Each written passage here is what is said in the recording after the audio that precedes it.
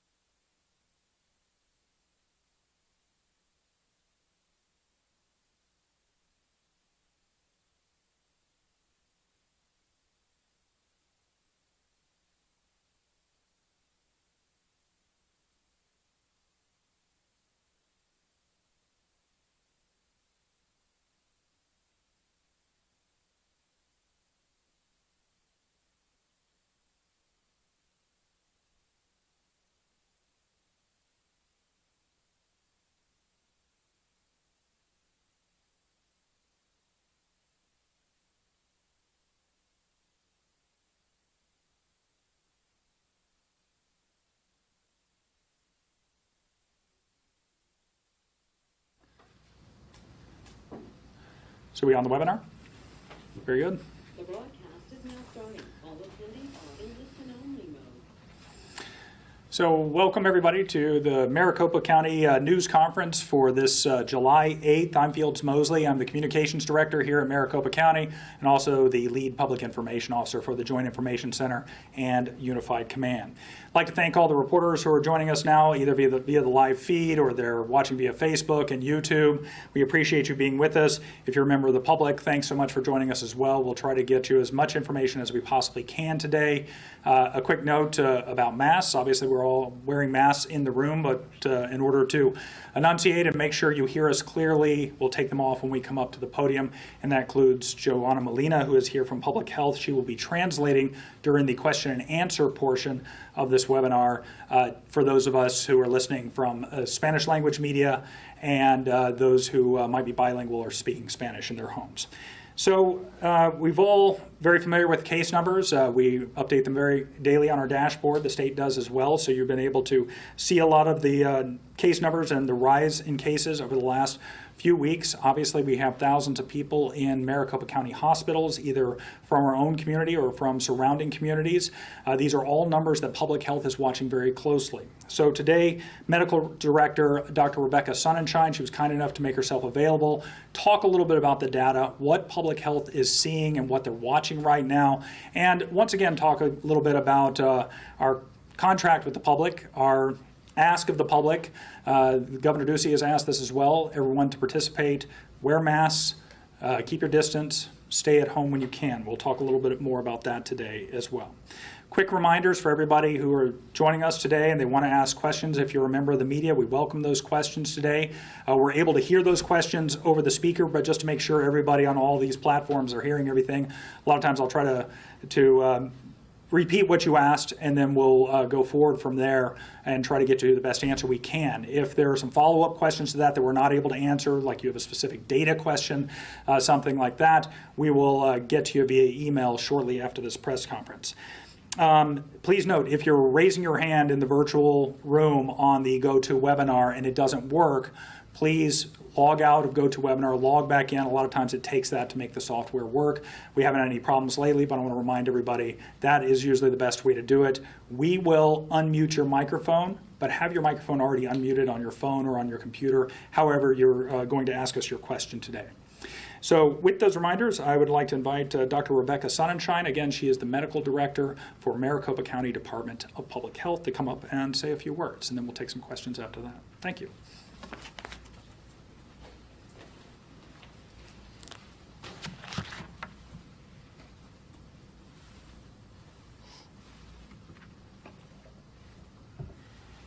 Thank you, Fields, and good afternoon, everyone.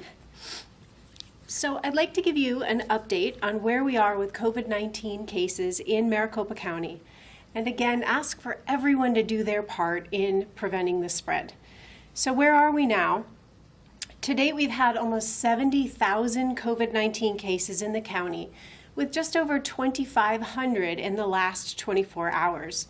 Similar to national trends, over half of the cases have been people between the ages of 20 and 44, and we've also seen an increase in the youngest age group from 0 to 19. So we're seeing a lot more spread in those younger age groups. And we want you to know, if you are younger and healthy, it can be tempting to think that you're more likely to have a mild illness. You'll get over it, and then that'll be that. But I'm asking everyone to remember two things. One is, while younger, healthy people without underlying conditions are less likely to have severe illness, they can still become hospitalized, and some have been. You can get severely ill even if you consider yourself to be healthy. And number two, no matter how young and healthy you are, you're just as likely to spread the illness to someone around you if you do get it. And you don't know who could be around you. They could be hospitalized or even die from the illness that you gave them. So no matter how you look at it, it's important that you protect yourself and protect those around you by wearing a mask. Viruses will look for new people to infect. In fact, each infected person infects 3 or more people in the community when we're not practicing social distancing and we're not all wearing masks. The virus will find the person in the group who is not wearing a mask. So we need to work together to keep this from happening. If you get infected, you are contagious, even if you don't have any symptoms and even if you're healthy.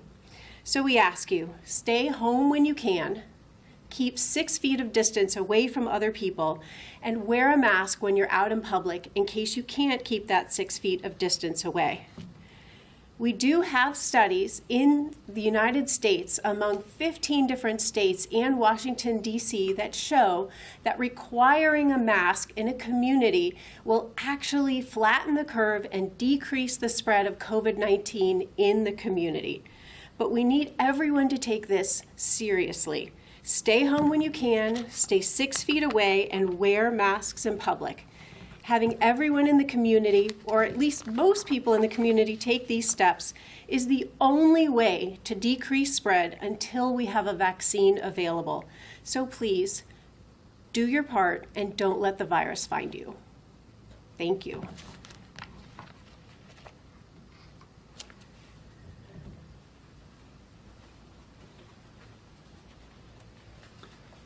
Thank you, Dr. Sunenshine. And at this point, we'll open it up to questions. We know from the emails that have been coming into the Joint Information Center, a lot of you have questions, some of which we can answer and some of which we can't. So we'll do our best to answer all of them as best we can today. If you do have 2 questions, 3 questions, please ask 1 question at a time. It gives us more time to answer the question. And then also Joanna is going to translate that question. So give us a moment, and we always make it back around and have time for 2nd, even 3rd questions some days. So with that, Chad, if we have anybody on the line that has a question, let's please open it up. Our first question goes to Katie Davis-Young. Katie, your microphone is live now. Hi there. I was wondering if you could talk about how the county is approaching contact tracing. So just a generic question about our contact tracing plan and how we've implemented that plan so far, and we continue. Yeah, what's the strategy so far and how much has been done? Sure. Dr. Sunenshine will take that question.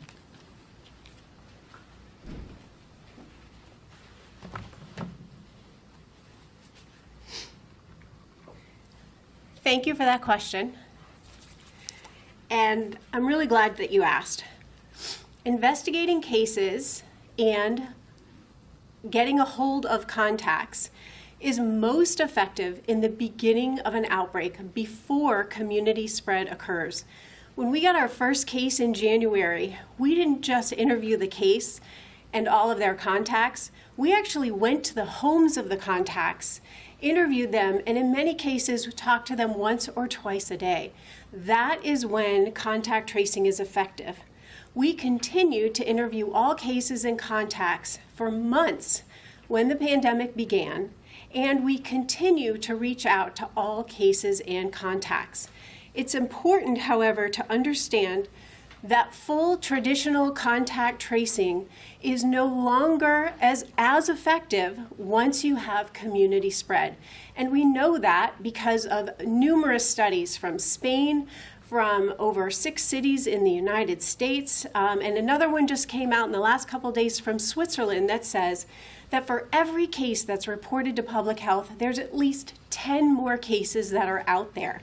So when we do contact tracing, which we do, and we call every single person reported to us, and we also text them, and then we send them a letter if we still can't get a hold of them, we are still relying on these people to give their contact information to us. And by that I mean all the people that were exposed when they were infectious.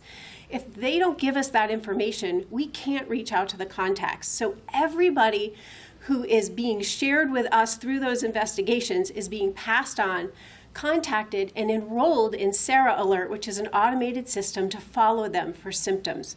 But you have to understand, if only 1 case in 10 is reported to public health, what happens to the other 9 cases that are never diagnosed and never reported? The way we're managing those cases that we never hear about is through policy. And we know, as I said before, that a mask requirement actually prevents people who don't know they're infected and who haven't been reported to public health from spreading the disease. So it's the policy efforts that are most effective, and contact tracing is important, but it needs to be focused on those areas where it will have the most impact, like communal settings, long-term care facilities, child care centers, jails. That's where there's a contained population. We identify a case, we can test everyone, we can put them in precautions and stop the spread. But contact tracing on a community level is much more difficult.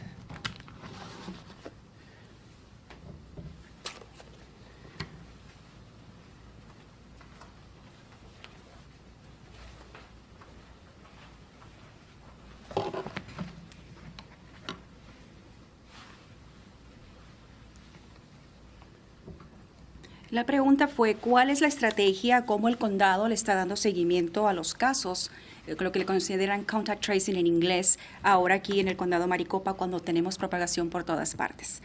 Bueno, investigar los casos y localizarlos son dos cosas diferentes. Una vez que un resultado positivo ha llegado al Departamento de Salud Pública al condado Maricopa, lo localizamos a esa persona nos tiene que dar los contactos que pudieron haber estado expuestos cuando esa persona estaba contagiosa.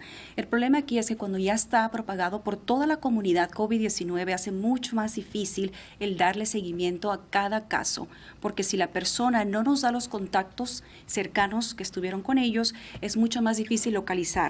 Hay estudios que han revelado que es más efectivo dar seguimiento a estos casos cuando estamos al principio de un brote de una enfermedad. Los estudios vienen, por ejemplo, de España y de Estados Unidos, que por cada un caso que resulta positivo, hay otras 10 personas, 9, 10 personas más infectadas que quizás nunca se les va a dar seguimiento y hace más difícil localizarlos. Salud Pública, la forma en que lo hace es que hace una llamada primeramente, después les envía una carta a las personas que tenemos como contactos también de positivos y también se ponen en el sistema de alerta llamado SARA para poderles dar seguimiento y llamadas telefónicas. Pero si solamente un caso se reporta y nunca se nos da la información de los otros 9 en la comunidad, se sigue propagando la enfermedad. Por eso ahora lo que es más efectivo es la regulación del uso de mascarillas, que todo mundo utilice una mascarilla para evitar la propagación de COVID-19. Lo que sí es efectivo es dar seguimiento a esos casos en los centros de cuidado de largo plazo, las cárceles, las guarderías, donde son lugares que están concentrados y ahí sí se pueden hacer los estudios, se pueden dar seguimiento a las personas que están en un mismo sitio.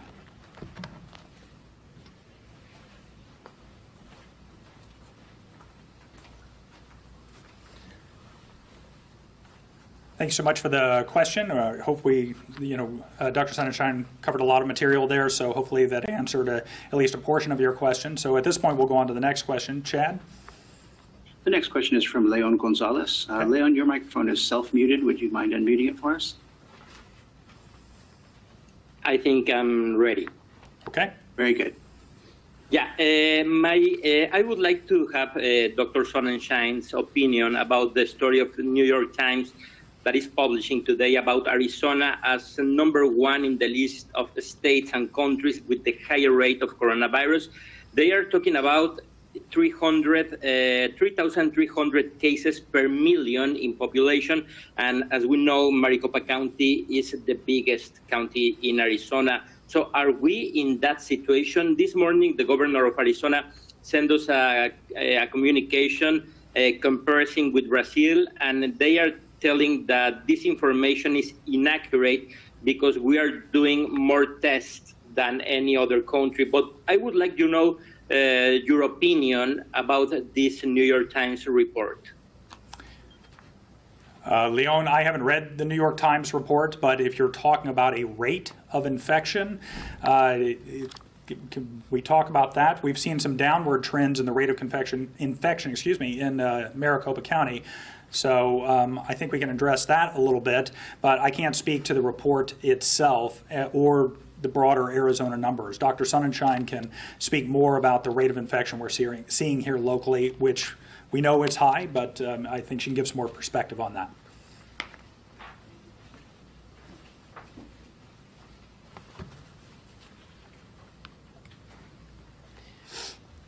So here's what we know about our rates here in Maricopa County. We follow the cases every day, and we know that we peaked last week at about 3,300 cases per day, and that now we're seeing about 2,500 cases per day. The time when it switched from 3,300 down to about 2,500 was almost exactly 2 weeks after the mask requirement was put in place, which is the earliest you would expect to see any effects of the mask requirement.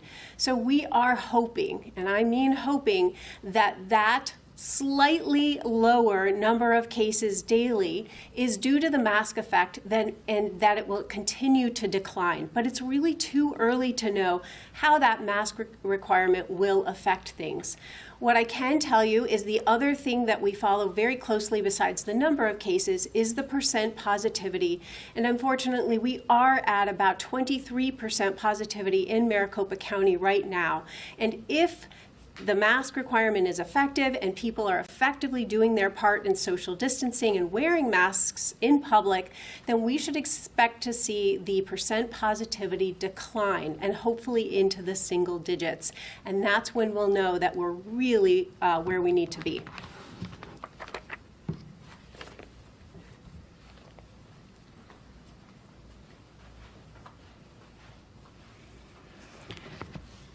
La pregunta es, comparado a otros lugares, el índice de coronavirus, de acuerdo a lo que se ha publicado recientemente en New York Times, es que si estamos por encima de otros lugares y somos el lugar número 1 de contagios. Lo que se sabe al momento es que el índice ha estado bajando. Por ejemplo, la semana pasada mirábamos alrededor de 3.300 casos por día. Esta semana hemos empezado a ver 2.500 por día. Se tarda 2 semanas para ver si es efectiva un tipo de, puede ser, de lo que viene siendo poner una regla. En este caso estamos viendo que las estadísticas pudieran bajar un poco con el uso o regulación de las mascarillas. Llevamos solamente un poco de 1 semana y media. Se tarda al menos 2 semanas para ver si va a haber una reducción con ese tipo de protocolos que estamos poniendo.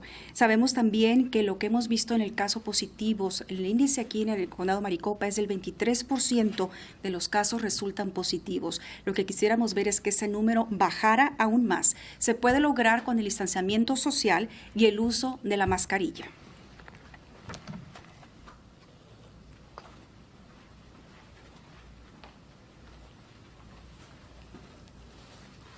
Leon, thank you so much for the question. Chad, who do we have next? Next, we have Morgan Lowe. Morgan, your microphone is ready. Okay, can you guys hear me all right? Yeah, we can hear you just fine, Morgan. Hi. Okay, great. So I have a follow-up question about the contact tracing program. And I am wondering if, aside from identifying people who have potentially been infected by somebody, if the contact tracing program is able to identify the points of contact between people who have the coronavirus and the people they've potentially infected, and if there's information that you can release about where these people are getting potentially infected. And if you're not releasing that information, is it possible to release that information? Because I think that would give people at home a better idea of, okay, this is, let's say that 30% of people have been infected at family parties, the real data. Is it possible to release that information?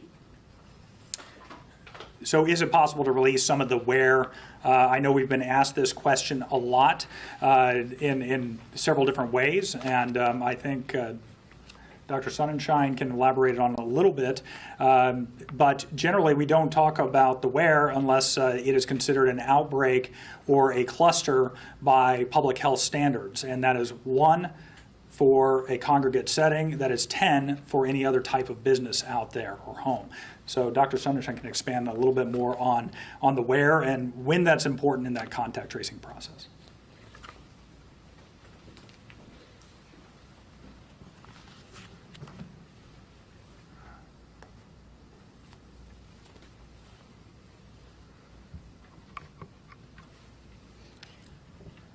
So I understand why people want to know where people are getting COVID-19.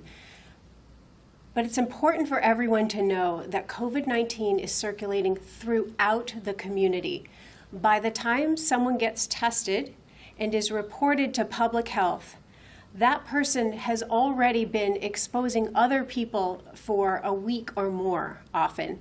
And so by spending time going backward to try and figure out all the places they've been, to figure out the one place where they may have gotten it, doesn't make any sense when we know that there's COVID-19 all over the community. So what we're asking people to do is know that every time you step outside your home and go within 6 feet of another person who's not in your household, wear a mask. That way, it doesn't matter whether there's COVID-19 spreading in that particular place or not. You're protecting yourself and you're protecting those around you. COVID-19 is spreading everywhere in our community. We know that, we're following it. We have more than 2,500 cases a day. So please wear your mask and stay 6 feet away from others and try to stay home if you can.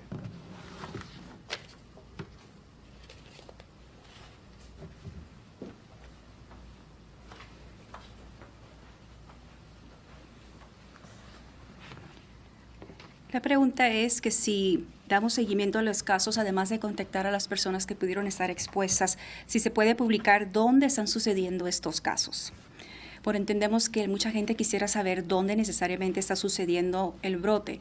Lo que debemos entender es que en el condado Maricopa y en todas partes se encuentra propagado por toda la comunidad. No hay un lugar específico. Entonces lo que debemos de ver es que no tenemos nosotros por qué perder el tiempo buscando hacia atrás dónde estuvo la persona infectada o con quién estuvo visitando, cuando podemos realmente ahorita enfocarnos en evitar que siga la propagación creciendo en toda la comunidad. Por eso cuando uno sale debe tomar esto en cuenta. Si voy a salir, puedo estar en riesgo. Hay que utilizar una mascarilla, quedarnos en casa de ser posible y sobre todo podemos evitar propagarlo a los demás si utilizamos la mascarilla y nos quedamos en casa. Estamos viendo más de 2.500 casos por día, lo que nos indica que esos números están propagados por toda la comunidad.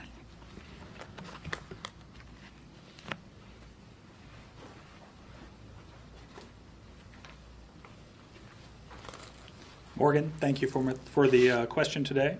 Chad, who else do we have? Brom Resnick is next. Brom, your microphone is muted on your end. If you'll unmute it, you're ready to go. Thanks very much. I am puzzled by the comments about contact tracing we've been hearing over the last few weeks. What seems apparent is that there was no contact tracing effort ready to go in May when the state reopened. There may still not be a contact tracing effort that's ready to go as we sit here almost in the middle of July, and we're hearing, oh, we don't really need that anymore. Meantime, AZ Central reported about a week ago that Maricopa County Public Health wasn't even following CDC guidelines on contact tracing. So, A, can you tell us that you have a contact tracing operation stood up?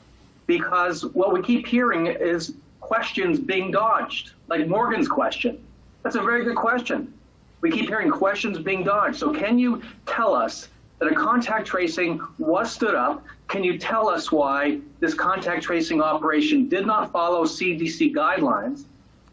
And finally, can you tell whether the state of Arizona has taken over any of Maricopa County's contact tracing operation? Thank you. I didn't quite get that last question, Bram, but I get the gist of what you're asking. Public Health certainly does have a contact tracing operation. Employees alone number more than 100 here at Public Health, plus multiple partnerships that number in the hundreds of people. Then you have the addition of the National Guard that has also joined the effort via the governor's order just last week. So yes, there is contact tracing going on, and yes, we have been in compliance with CDC guidelines since the beginning of this.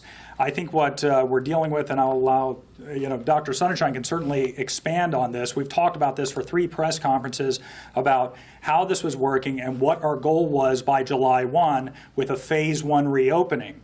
Of course, that was planning for 500 to 600 contacts per day. And obviously we have way more cases than that every single day now. So a lot going on there, and Public Health has had to shift its focus a little bit and adjust to the reality of this. But the notion that it was never within CDC guidelines is incorrect. We spoke to those reporters from the Republic, some of whom are probably on this webinar today. So they know this, and other people know this, but I'll allow Dr. Sunenshine here to answer a few more questions from her perspective as an expert in this area.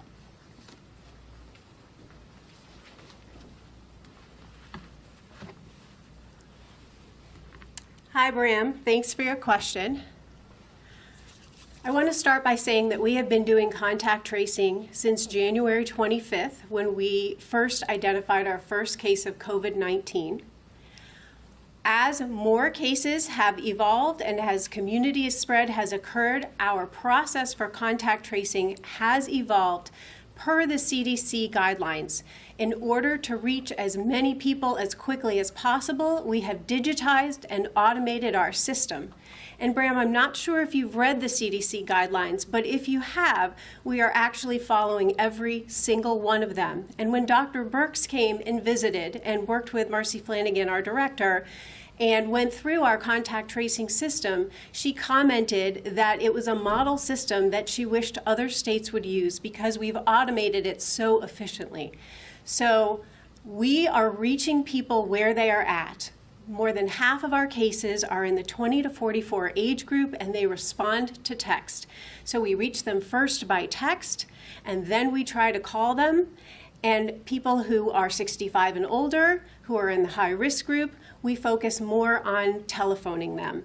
We have evolved our system to meet the need and to match with what we know about our population. That's what public health does, and that is what we will continue to do. Our contact tracing is fully intact, but coupled with policy that requires people to wear a mask and stay 6 feet away is the only way that we can effectively reduce the number of cases.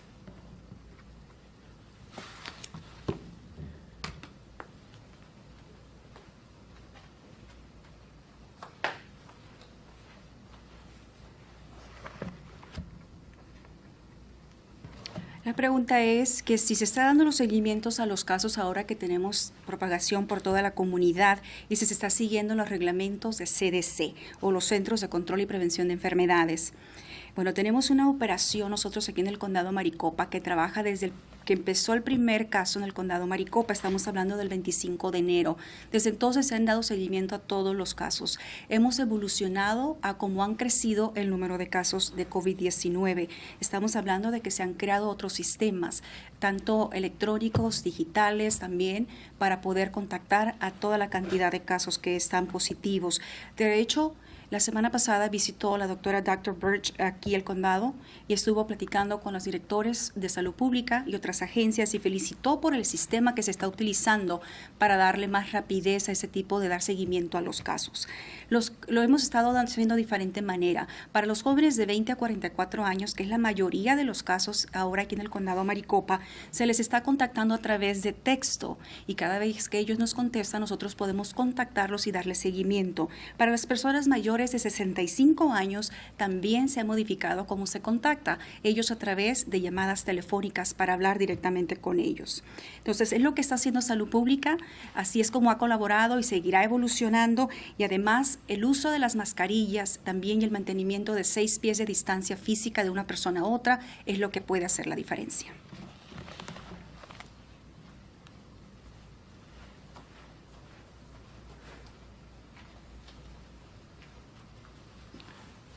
Thank you, Dr. Sunenshine. Thanks, Bram. Good questions, and Morgan's question was good as well. You were correct about that. If we come back around and have time for more questions, I'll try to get that third one. You broke up a little bit at that point. But Chad, who do we have right now? Next, we have Tom Scanlon. Tom, your microphone is self-muted. If you'll unmute it, we can hear you.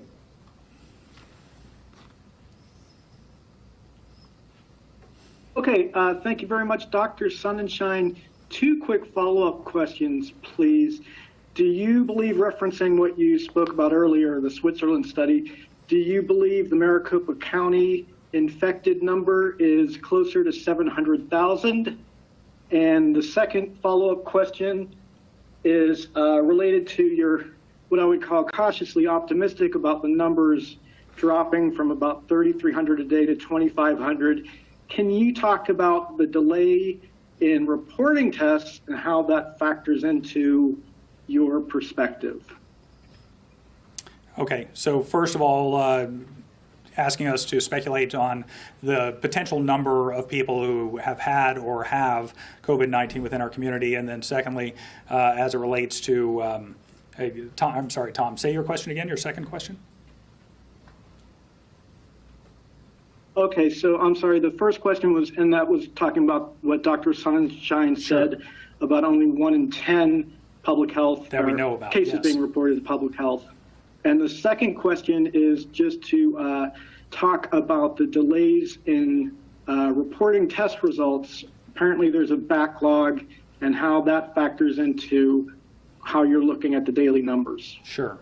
Dr. Sunenshine can cover that as well, because that's a huge part of this equation and what we consider every single day with contact tracing. So I know Dr. Sunenshine can elaborate on that.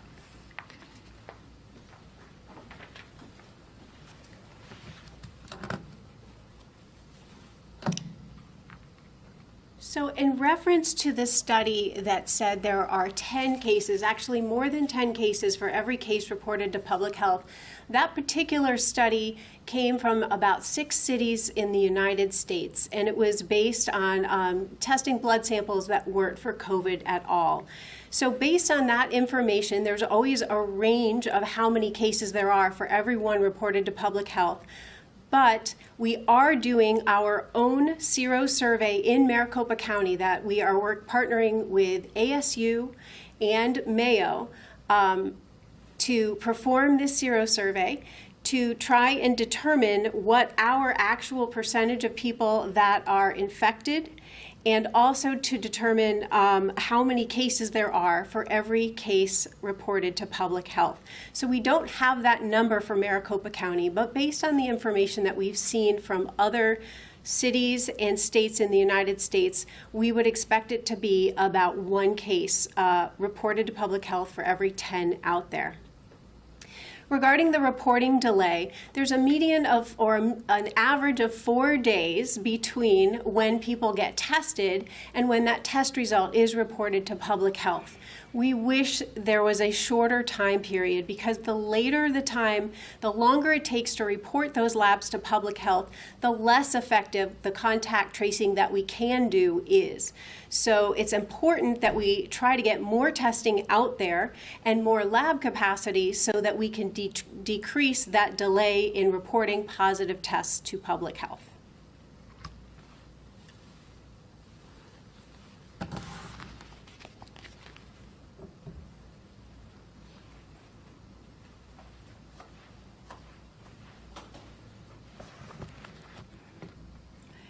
Bueno, la pregunta son 2 preguntas. Dice, 1 de cada 10 personas que se reportan a salud pública, de acuerdo a un estudio, en 10 ciudades de aquí de Estados Unidos, es lo que da a conocer, y también acerca del retraso de dar resultados de las pruebas de COVID-19, la segunda pregunta. Bueno, de acuerdo a los estudios en estas ciudades, aunque en el condado Maricopa no se ha hecho uno en particular, se sabe que por cada una persona infectada pudiera haber hasta 10 más que no se han reportado.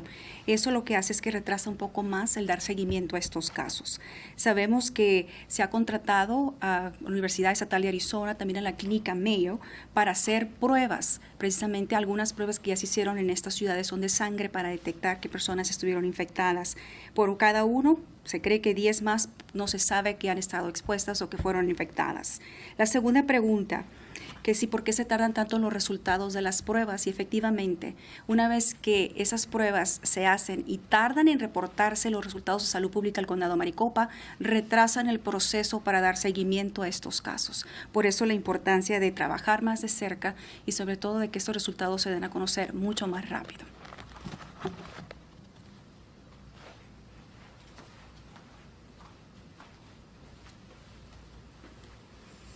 Thank you so much for the question. Questions? Who else do we have on the line, Chad? Rachel Leingang is next. Rachel, your microphone is live. Hi, Fields. I'm wondering, I have 2 questions. One's a simple clarification and the other more philosophical, if you will. What % of positive cases are getting a live call, not an automated call? And then what, and like a full interview, and what % of contacts are getting a live call, not an automated call? the other question is, for Dr. Sunenshine, how do you think we got here? How did we end up being this, hotspot? What happened? So how do we end up being the hotspot? I think there's a couple of things that Dr. Sunenshine could probably elaborate on that. And I'm looking through my notes here to see if we have a percentage that of how many people they're reaching.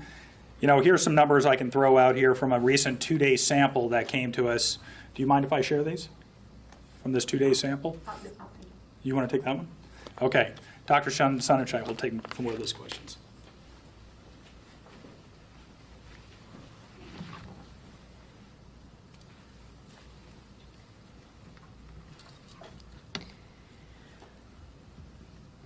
Of those individuals who are in the high-risk category, greater than 65, or live in a communal setting, 100% are getting a live call from a human.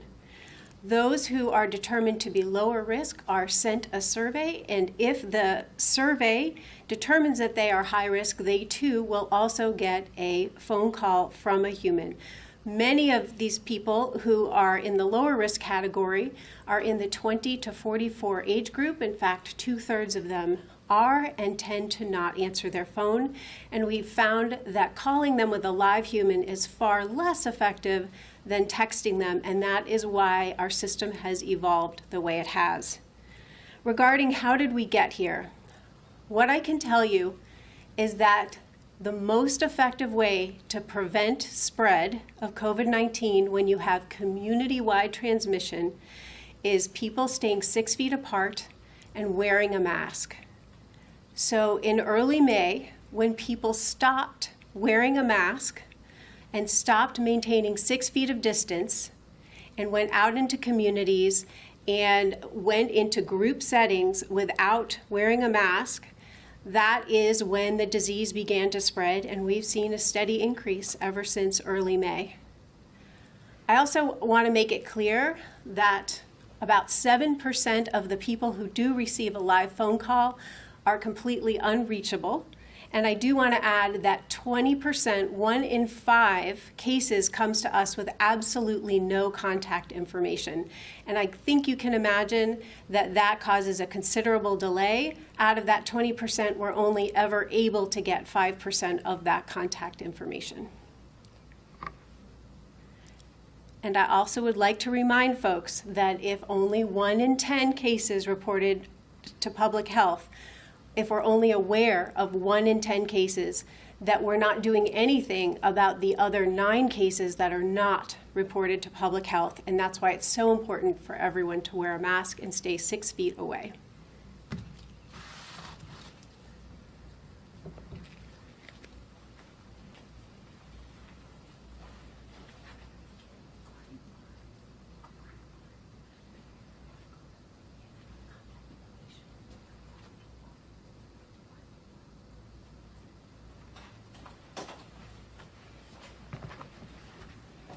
La pregunta es, ¿qué porcentaje se les está llamando con una persona realmente a las personas y no a través de una grabación? Es una de las preguntas.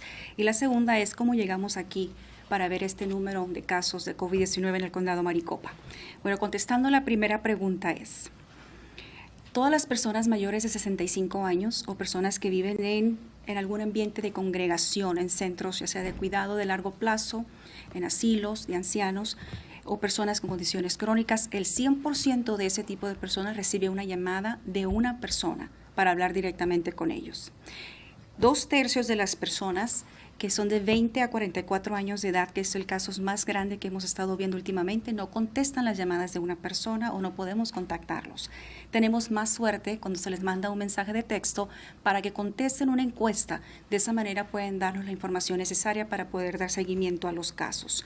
Cabe mencionar que un 70% de estas personas no contestan las llamadas que se les hace y también 1 de cada 5 casos que resultó positivo no tiene ningún contacto cercano o así lo reportan.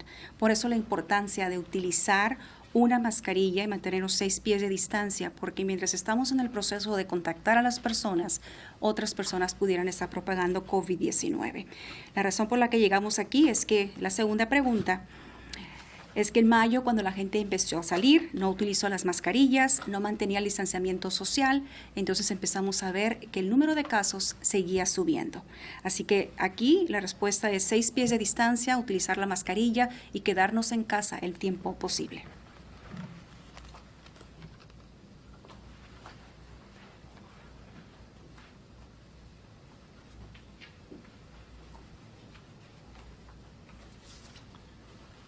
Thank you, Rachel, for the question.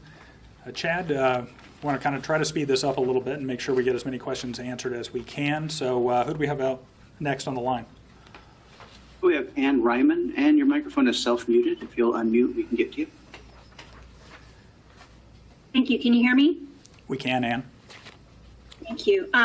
You mentioned the average of 4 days in getting testing results. We're hearing from people who are waiting between 10 days, 2 weeks, 3 weeks for results. Are you concerned with these sort of delays? And also, what sort of impact are these delays having, or can they have among long-term care residents and staff? So Dr. Sunenshine will take that question on the impact of the long delays. I don't think we've ever discussed 2 or 3 weeks, but we certainly know that this impacts some of our operations in tracking the disease in the community. So Dr. Sunenshine can talk a little more about that.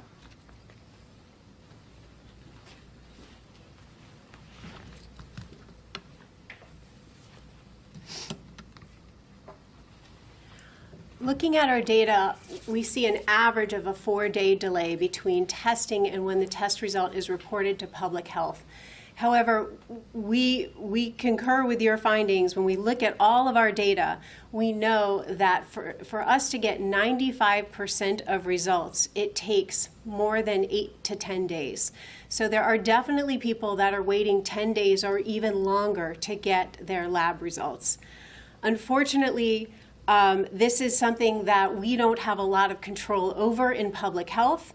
We're working closely with our partners at the Arizona Department of Health Services. We know that they've reached out to FEMA, and we are trying to increase testing in Maricopa County to make testing available to everyone who thinks they might have been exposed to the virus, so that we can maximize the number of people who can get tested and also increase the speed and efficiency for when we can get lab results.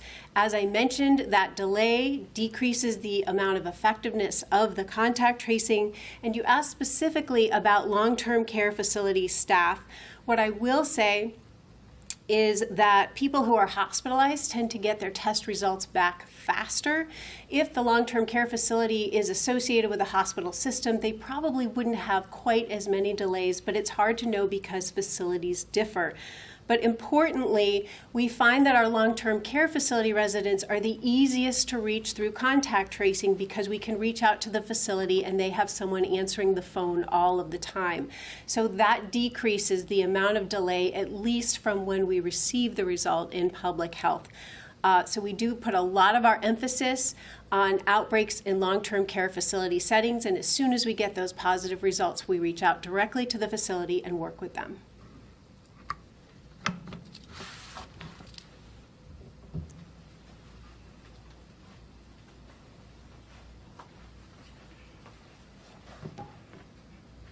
La pregunta es que se toma de 10 a 15 días para que den los resultados de las pruebas de COVID-19 y qué efectos tiene este proceso tan largo para dar precisamente seguimiento a los casos, especialmente en áreas donde la gente vive en un ambiente de congregación o donde los cuidan para largo plazo.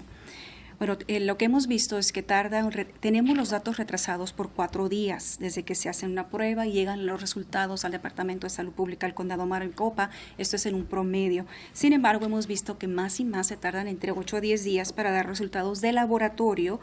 Y eso es algo de lo que Salud Pública no tiene control porque nosotros no tenemos laboratorios. Solamente se nos reporta lo viene siendo los casos positivos para poder dar seguimiento. Se trabaja muy de cerca con el Departamento de Servicios de Salud del Estado, quien a su vez también ha pedido asistencia a FEMA, que es la Agencia Federal de Preparación de Emergencias, de Administración de Emergencias, para que también puedan asistir con más pruebas y darle seguimiento a estos casos de una forma más rápida. Lo que sabemos, que la segunda pregunta era cómo podemos darle seguimiento a largo plazo, a las personas de largo plazo con COVID-19 si se tarda tanto estos resultados. La gente que está hospitalizado por lo regular recibe los resultados mucho más rápido porque está dentro de un ambiente de hospital. Sin embargo, sabemos por las experiencias que hemos tenido que las personas que viven en congregación, en ambiente de congregación, se localizan mucho más rápido, podemos contactarlos, podemos aislarlos y darles seguimiento de una manera mucho más efectiva.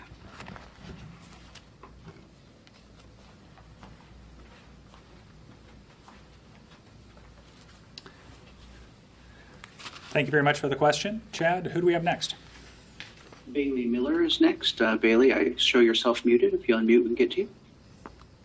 Okay, can you hear me now? We can. Sure. All right, cool. So, we've all heard about, of course, wearing masks, socially distancing, that we need more tests. What do you guys think more needs to be done to stop the spread of this? Do you guys think there needs to be more shutdowns? Do you guys think there needs to be more enforcement? I've talked to a lot of doctors in the last couple of days, actually. They just want more enforcement right now. So just curious your guys' thoughts on this. What needs to be done more? So I assume by enforcement you talk about the mask regulations, and we do a mask regulation that is countywide here in Maricopa County that the Board of Supervisors approved. Local law enforcement is asked to take an educational approach, but if somebody continues to flaunt that particular regulation, there is a penalty up to $50. That's really to, again, try to enforce that, not so much through penalization, but through education. I would invite Dr. Sunenshine to come up and not talk about so much about enforcement, but what else can be done. Obviously, we've talked a lot about masking up. We're all doing that here at the county, and she can expand on that a little bit more.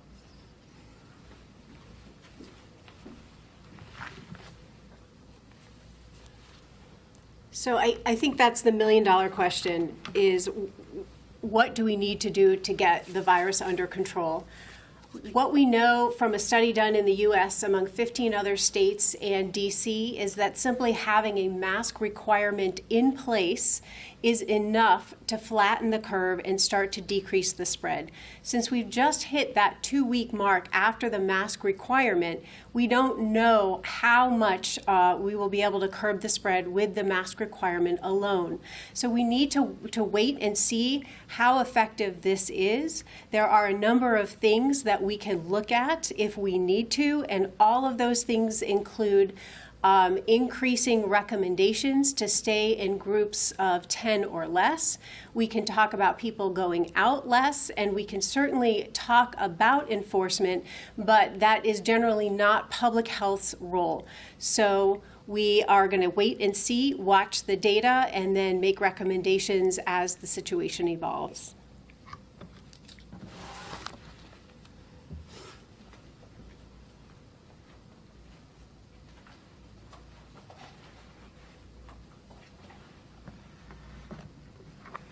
La pregunta es que hemos escuchado que el uso de la mascarilla, el distanciamiento físico o social, al igual que hacer más pruebas y enforzar también los reglamentos de la mascarilla.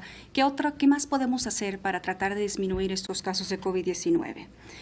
Bueno, en 15 estados se han dado 8 estudios y han dado a conocer que la regulación de la mascarilla y han tenido resultados positivos, han podido bajar los números que se han registrado en esos lugares. Hemos alcanzado nosotros apenas las 2 semanas desde que se implementó la regulación del uso de mascarilla en el condado Maricopa, lo que significa que tendremos que ver si esos números empiezan a disminuir o qué es lo que está sucediendo. También otros métodos que podemos implementar a lo largo de estos días es también saber que hay que reducir el número de grupos de personas que pueden estar juntas y también dónde pueden estar. Pero eso no es el rol principal de salud pública ni es lo que queremos hacer. Eso no nos corresponde a nosotros ni tampoco enforzar las leyes. Pero sí podemos dar la recomendación del distanciamiento físico, quedarnos en casa y usar la mascarilla.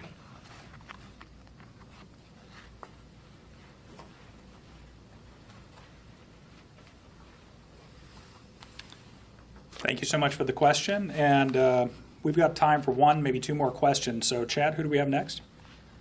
Morgan Lowe has a follow-up question. Morgan, Okay. your microphone is live. All right, thank you, and thanks for taking my second question. So I have, and I hate to go over and over this contact tracing issue, but I do have 2 follow-up questions. One is, in the process of contact tracing, do you take account of where a point of contact was with someone who was infected? So that's the first question. And the second question is, I understand that it is in the community and that this may not be the most important information. But I believe that people would think that it is valuable to learn about the types of places, maybe not specific, businesses or specific addresses, but the types of places where people are more likely to come into contact with it based on this data. So is it possible that you could release some of that information if in fact you take into account the point of contact? Okay, Dr. Sunenshine will take those two questions.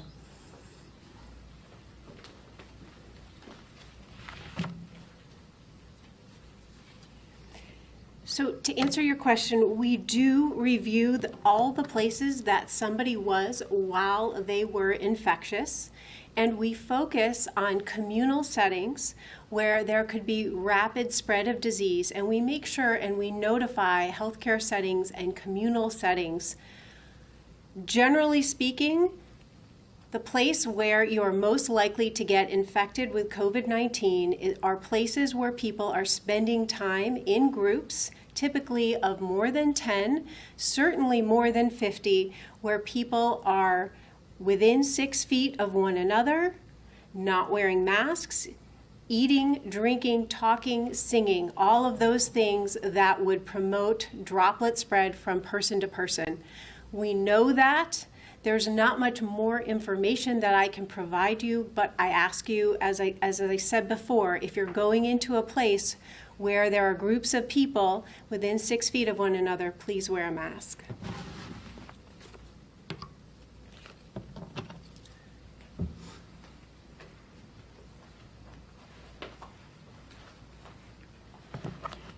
Esta pregunta son dos en una. Es acerca de dar seguimiento a los casos. Y que si se toma en cuenta el lugar donde estuvo la persona una vez que se le llama. Y la segunda pregunta es que sería importante decir en qué lugares o qué tipo de lugares es donde está la propagación de COVID-19, aunque no se diera una dirección exacta. Bueno, si revisamos cada lugar, nosotros de salud pública, cada lugar que se nos dice la persona que estuvo, se hace un contacto, se averigua si hay más personas que pudieron estar ahí, también si pudieron haberse contagiado. Específicamente si son sitios de congregación es donde nos enfocamos. Y esos sitios generalmente podemos decir que son lugares donde hay más personas de 10, grupos de 10 o más, o de 50 personas o más, que están dentro de 6 pies unos de otro, que están comiendo, que están hablando, que están tomando, que están cantando.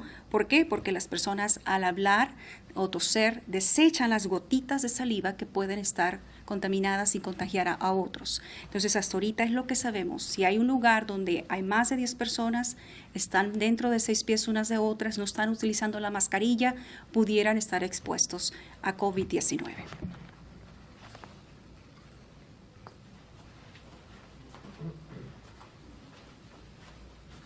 Thank you, Morgan, for the follow-up questions. Chad, I believe we have time for one more, maybe two. Okay, we have a question from Rachel Leingang, a follow-up. Rachel? I remember Dr. Sunenshine had said back in March that she thought the decision to close down schools was too early. And I'm wondering what she thinks about the idea of going back to school, next month. So the idea of going back to school, been in the news a lot the last couple of days. So Dr. Sunenshine will address that.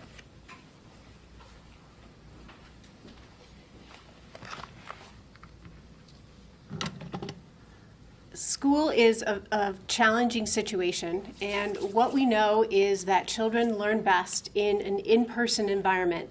That being said, with community-wide transmission at such high levels in Maricopa County, right now, it would not be a good idea to put school back in session. So what's important is that we watch the data and we watch how much spread there is in the community, and we adjust our plans based on the situation that occurs in August when we're looking at opening schools. So we all want kids to go back to school, and when and if that happens, we want to do it as safely as possible. We want to make sure that all preventive measures are in place so that disease doesn't spread both to students and staff. But there is no way to make a recommendation about school going back in August at this time, because we need to look at the data about community transmission first.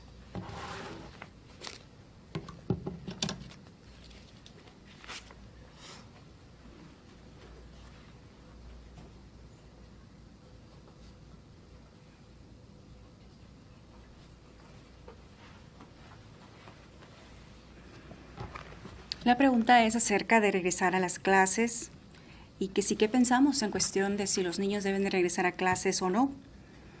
Y bueno, lo que sabemos es que los niños aprenden mejor cuando están juntos en un ambiente escolar, donde están en persona aprendiendo. Al momento no podemos decir si es una buena idea o no, porque tenemos que ver si esos números empiezan a disminuir antes de que empiece el ciclo escolar. Lo que sabemos es que hay que revisar esos planes, hay que estar vigilante antes de poder decir si sí o si no deben de regresar.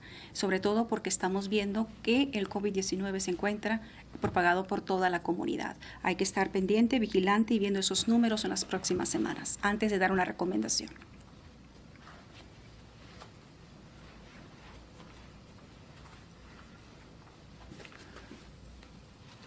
Thank you so much for the question. Chad, we have time for the last question here because we are coming up on Okay, our 2 final o'clock. question is a follow-up from Bram Resnick. Right. Bram, your microphone is live.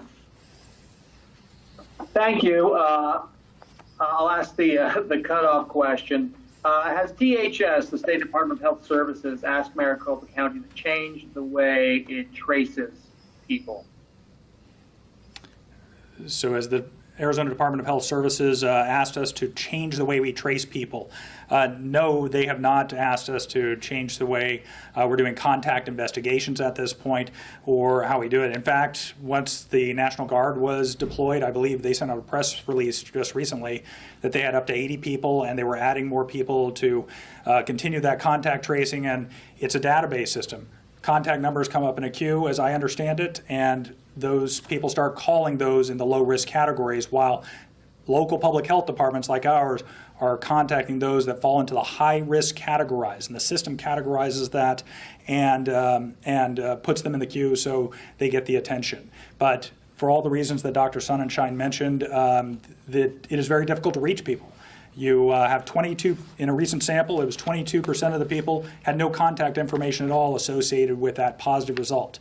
A full 59% didn't respond to the texts, to the survey, to the phone calls, and so that's almost 60% of the people. We don't know why. So as you can see, there's some challenges just reaching people at this point, and I think Dr. Sunenshine has covered the rest of that in detail as far as the medical side of that operation. So, sorry, Bram, long answer to your short question. It's the former news guy and me. I can't stop talking. So thank you, everybody. I appreciate you joining us today. You know, a long press conference today, a lot of great questions. We appreciate it. We'll continue to be here in the Joint Information Center and continue to answer your questions and try to get you those answers by your deadlines. Please make us aware of your deadlines when you reach out to us in the Joint Information Center. Thanks again, and we'll see you all very soon.